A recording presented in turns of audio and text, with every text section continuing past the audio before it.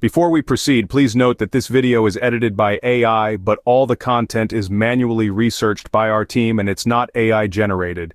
Here we will talk about the Southwest error codes 50330110801 and 503301108. They seem to pop up when you're trying to add your companion and complete your flight booking. They read something like this. Sorry, we found some errors. We are unable to process your request. Please try again. If you continue to have difficulties, please contact a Southwest Airlines customer representative at 1-800-I-FLY-SWA, 1-800-435-9792. But don't panic, we have some potential fixes for you. First off, try switching your platform.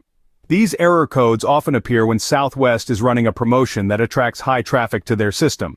If you're using the Southwest mobile app, give their website a try. And if you're already on their website, switch to their mobile app. Next, consider waiting it out. As mentioned, these error codes are common during high traffic periods. Waiting for a while and trying again might just do the trick. Many users have reported success with this method. Finally, if you've been patient, tried switching platforms, and are still seeing those pesky error codes, it's time to get in touch with Southwest customer service. One Reddit user reported that, after contacting customer service, they were told the system was having trouble recognizing their recently added companion, hence the error code.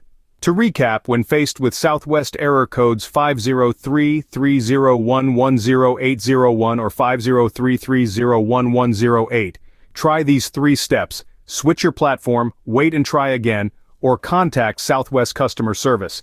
If you like this information, don't forget to subscribe. It will be a great support, and for more tech updates, visit queries.com.